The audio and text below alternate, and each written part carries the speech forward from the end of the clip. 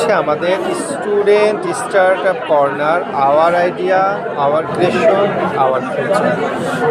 এখানে আমাদের শিক্ষার্থীদের তৈরি বিভিন্ন প্রোডাক্ট থাকবে, যারা তারা বাড়িতে তৈরি করবে, নিজেরা তৈরি করবে।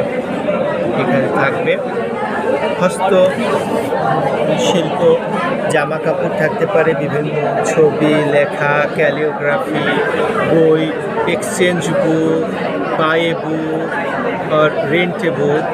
এখানে আছে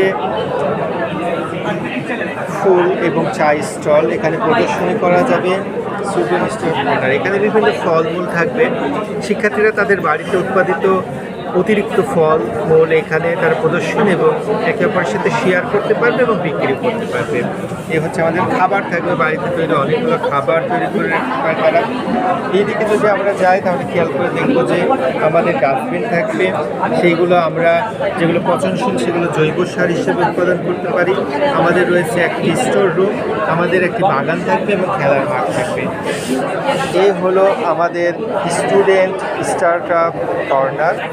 আমাদের প্রিয় শিক্ষার্থীরা, আনিকা মেহেজাবিন আছে, আমাদের ম্যাডাম আছে,